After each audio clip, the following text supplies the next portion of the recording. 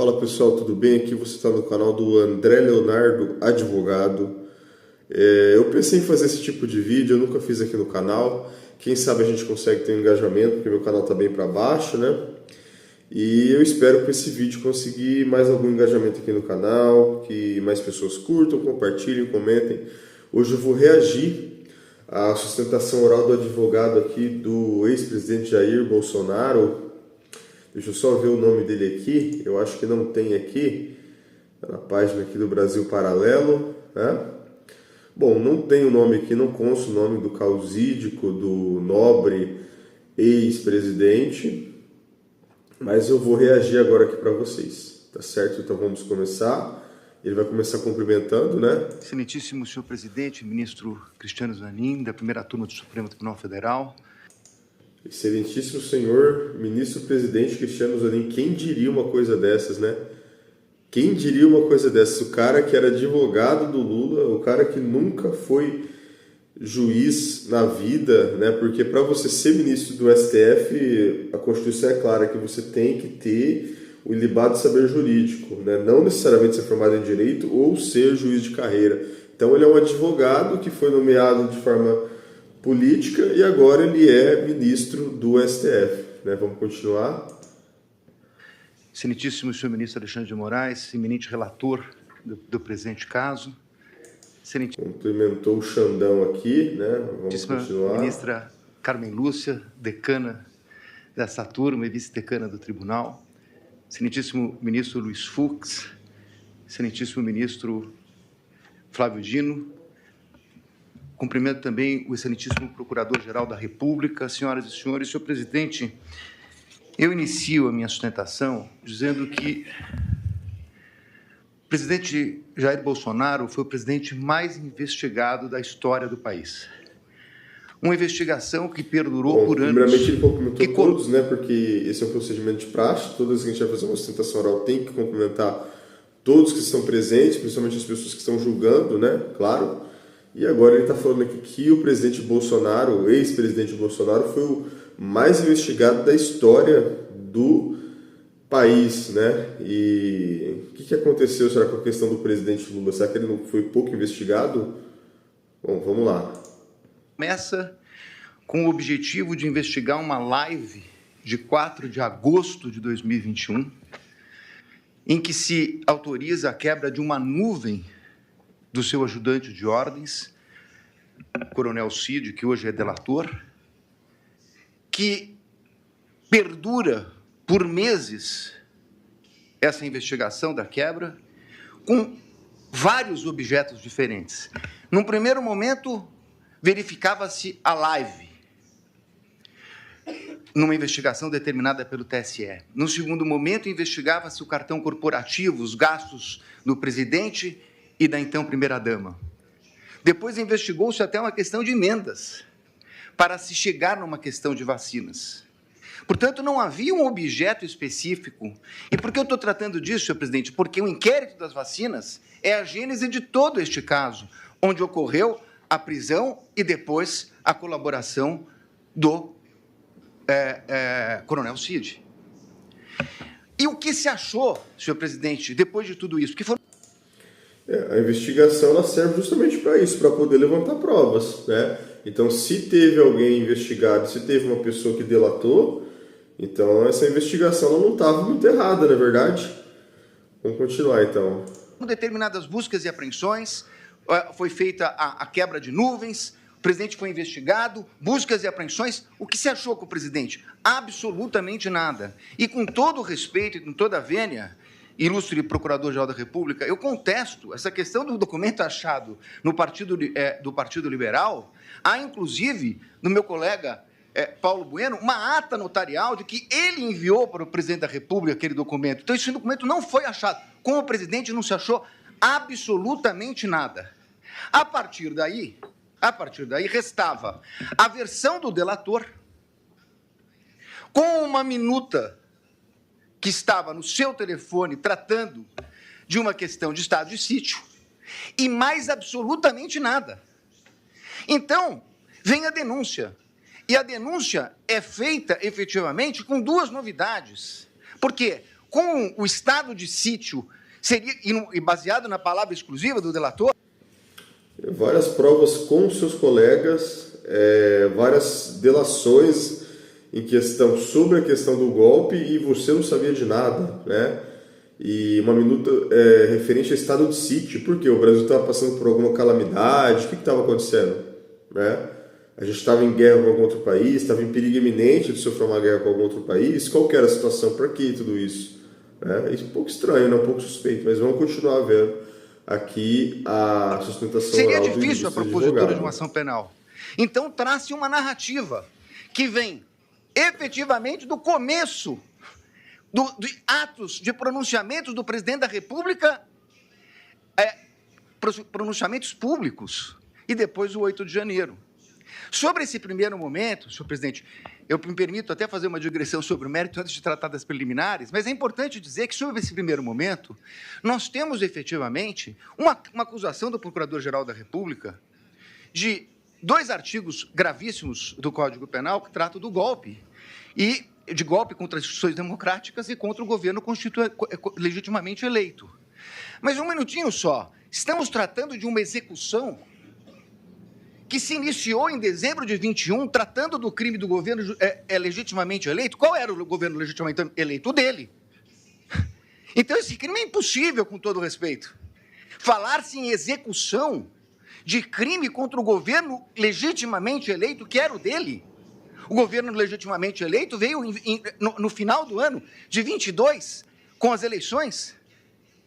Então, como se falar em tentativa, em início da execução? E mais, como se falar em início de execução por pronunciamentos... Poderia ser uma questão de um golpe premeditado, né? Quando a pessoa ela percebe que ela vai perder, que ela não tem chance nenhuma contra a outra pessoa, às vezes até para se resguardar, né? Falou, veja bem, eu vou ganhar com certeza, mas vai saber, né? Quem sabe pode ser que esse Luiz Inácio aqui, tá ok, pode ser que ele ganhe de mim, né? Então já vou conversar com as pessoas certas aqui para poder continuar planejando aqui, para continuar aqui nesse governo daqui, tá ok? De lives, quando os 2 tipos penais têm elementares do tipo a violência ou a grave ameaça. Não existia violência nem grave ameaça. Então é impossível falar dessa execução. Como eu disse, é porque não existia nenhum elemento. Então começa uma narrativa a respeito de pronunciamentos públicos. Para terminar no 8 de janeiro, que nem a Polícia Federal, que utilizou, como lembrou meu colega, mais de 90 vezes a expressão possivelmente, que não havia certeza, nem a Polícia Federal, que se utilizou dessas possibilidades, afirmou a participação dele no 8 de janeiro. Não há um único elemento, nem da delação. Aí me criticam porque eu digo que a delação não vale nada e estou dando... Óbvio, porque nem o delator que o acusou fez qualquer relação dele com o 8 de janeiro. Não há uma única evidência a esse respeito. Portanto, apresentou-se uma denúncia. Com essas 2 circunstâncias... E eu não tenho tempo, senhor presidente, tenho que falar rapidamente, mas essa denúncia, quando veio, o ilustre Procurador-Geral da República liberou 8 PETs no dia da apresentação da denúncia. Ele foi intimado, meu cliente, um dia depois. O segundo dia já era prazo. 8 petições, 45 mil documentos.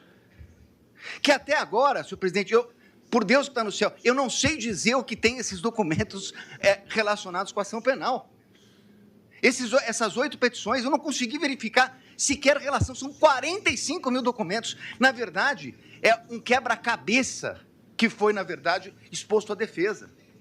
E aí, na sequência, senhor presidente, eu queria tratar de uma preliminar que já meu colega que me antecedeu na tribuna fala da relevância do caso. Não é só a questão da relevância do caso, é a questão da competência.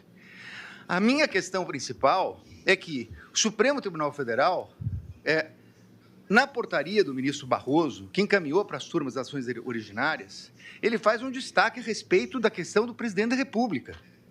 Então, o presidente da República, esse crime... O quebra-cabeça, o montante de provas, o montante de conjunto probatório dentro do processo. Rapaz, esse advogado nunca chegou a pegar uma execução penal física, né? Aquela execução penal física ainda tem ainda. Você chega lá, você pede para o escrevente, bate pro sininho, o sininho está quebrado, o cara vem e traz para você um calhamaço de processo desse tamanho, assim, não sei se você já viu, se tem na sua cidade aí. É 1, é 2, é 3, é 4, é 5, é 6, é 10, enche a mesa, assim, você precisa procurar, às vezes um acorde, alguma coisa está lá no meio. Então, realmente, é o conjunto probatório, é isso aí, né? A gente precisa realmente examinar, né? Claro que cabe o ônus da prova, da acusação, né? Trazer os fatos, mas realmente, enfim, é tudo isso mesmo. Houvesse contra o presidente da República, seria julgado pelo Pleno do Supremo Tribunal Federal. Ora, se o Supremo Tribunal Federal entendeu agora, num julgamento que foi concluído recentemente, após a apresentação da denúncia, que a competência se prorroga e que os detentores de foro, ainda que deixem suas respectivas funções, passem a ocupar, saiam da prerrogativa de foro e o delito será julgado pelo Supremo, prorrogando a competência que detivera aqui no momento que ocupava o cargo. Qual era a competência? Era do Pleno, porque ele era presidente da República e chegou a ser investigado como presidente da República. Muito bem. Mas, com base nisso, senhor presidente, o que nós temos nessa denúncia? A prova da defesa, substancialmente, é uma prova negativa. É uma prova negativa. Não fez, não participou, não aderiu, não autorizou. É uma prova negativa. Então, seria muito importante, e eu reconheço, ministro Alexandre de Moraes, Vossa Excelência despachou comigo no Salão Branco, e é verdade o que Vossa Excelência coloca, que todos os elementos da denúncia, citados na denúncia e no relatório da Polícia Federal, estão nos autos. A conversa de Mauro Cid, citada na denúncia, está realmente nos autos. Nós tivemos acesso quando é escrito por escrito, quando é por áudio, por áudio. O que não está na denúncia é a completude da mídia. Como disse o meu colega que me antecedeu. Então, senhores ministros, a pergunta é o seguinte: se eu não tenho a mídia completa, nesse momento de preliminares, não seria o caso de a defesa poder suscitar, se fosse o caso, a cadeia de custódia da prova? Mas eu não tenho a completude, eu não tenho os telefones, eu não tenho as mídias. Há uma discussão muito grande a respeito desse plano punhal verde e amarelo. Há uma reunião. Seria absolutamente imprescindível verificar as demais mensagens que foram passadas naquele dia. As outras mensagens que foram passadas pelo WhatsApp. Os outros documentos que estão na mídia. É essa a reclamação da defesa. O que nós temos, e temos tudo que a denúncia citou e tudo que o relatório da Polícia Federal citou, mas esse é o recorte da acusação. Com todo respeito, a defesa tem direito a fazer o seu próprio recorte. E isso poderia impactar. Eu sei, ministro Flávio Dino, Vossa Excelência já falou aqui em outras sessões de julgamento que eu assisti, que falou hoje, nós não vamos fazer Vossa Excelências não farão um julgamento aprofundado da denúncia. É óbvio, nós estamos falando aqui de um standard mínimo, de uma verificação de possibilidade do recebimento da prova. Mas é evidente que se houvesse uma mensagem comprovando que não há nenhuma relação com o punhal verde e amarelo, teria muita importância para esse momento. Porque nós estamos falando de um recebimento de uma denúncia gravíssima, por fatos gravíssimos, que o presidente da República não tem nenhuma relação com punhal verde e amarelo, Operação Luneta, Copa 22 e assim por diante. Então, a verificação das trocas de mensagem, a partir do momento que Correios dizem que falaram com o Comando Militar, que pediram audiência no Planalto, na Alvorada, que tiveram lá, o que disseram? Engraçado, ele não tem nenhuma relação e ele é o principal beneficiário em relação a isso, né? Por que será que as pessoas iam pensar em fazer algum tipo de coisa só por elas, né? Ah, vamos fazer um golpe aqui, opa, quem que vai ser o nosso líder agora? Ah, vai ser a gente mesmo. Não era endereçado para ele, né? Não era para ele, no caso, ser o golpista-chefe, né? Então, um pouco complicado também essas afirmações aí do nosso querido advogado. Isso não consta. É essa a importância de verificar toda a questão. Me encaminhando para o final, senhor presidente, eu gostaria de tratar a questão da delação premiada. E aqui eu queria tratar de duas questões, porque inclusive estão sendo confundidas. Aliás, tudo que fala a defesa, na imprensa sai de uma forma um pouco distorcida. O que foi questionado pela defesa, ministro Zanin, é o fato de que o delator rompeu com o acordo quando vazou a delação. E saiu na revista Veja. Diz ele que foi um desabafo. É estranha essa expressão, desabafo, porque no desabafo ele diz que não tinha voluntariedade. Isso não é um desabafo. Na versão dele atual, isso teria sido uma mentira. Mas vai lá. Falou com o primo, com o irmão, com o cunhado. Senhor presidente, a lei não autoriza o delator, o contrato de colaboração, não autoriza o delator a falar nem com o irmão, nem com o cunhado, nem com a mãe. Não autoriza. Ele, inclusive, estava proibido até de ter contato com o pai, salvo engano mesmo, a partir de um determinado momento, que era investigado. Se ele falou com o cunhado, e se isso foi vazado, essa é uma responsabilidade dele. O advogado é o Celso Sanches Vilardi, tá certo? Só para a gente não se perder aí, né? E dar os devidos créditos também. Dir-se-á, mas essa é uma questão formal. É verdade, uma questão formal. Só que mais adiante vem uma questão de que a Polícia Federal diz que ele mentiu, omitiu e se contradisse. E aí, senhores ministros, essa é a minha maior crítica, a questão da delação. Por quê? O Supremo Tribunal Federal, num voto de grande detalhamento do ministro Dias Toffoli, diz o seguinte: delação é um meio de prova. O delator conta uma história, as autoridades buscarão as provas de corroboração e só assim ela poderá ser utilizada. O que aconteceu nesse caso? Ele falou, segundo a Polícia Federal, ele mentiu, omitiu e se contradisse. E então há uma audiência para que ele tivesse oportunidade de se corrigir. Mas aí, com todo respeito, há uma inversão. Porque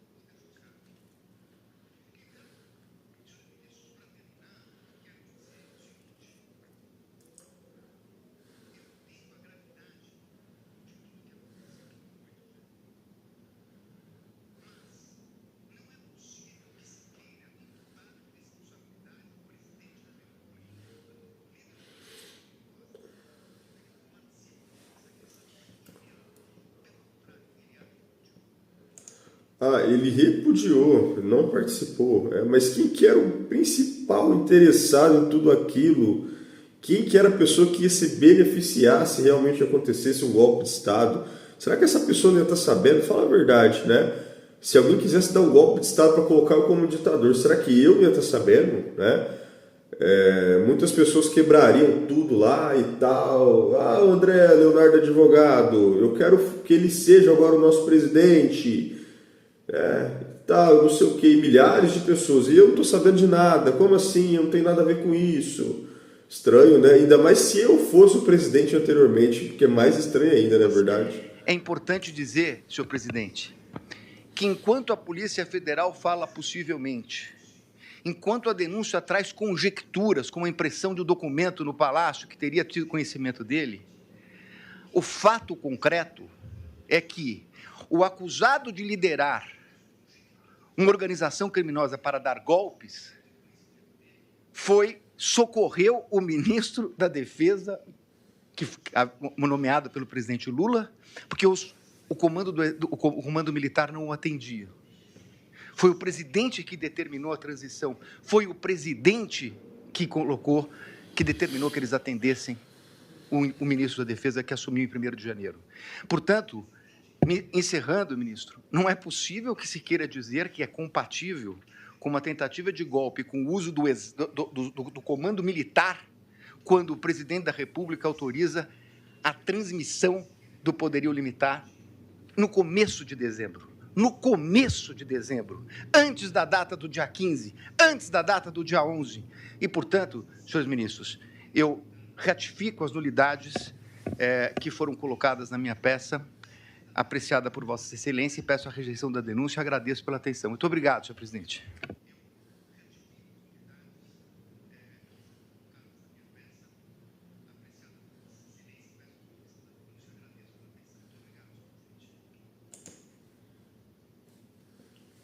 Não, só porque ele deu proteção, acho que era o Flávio Dino, né?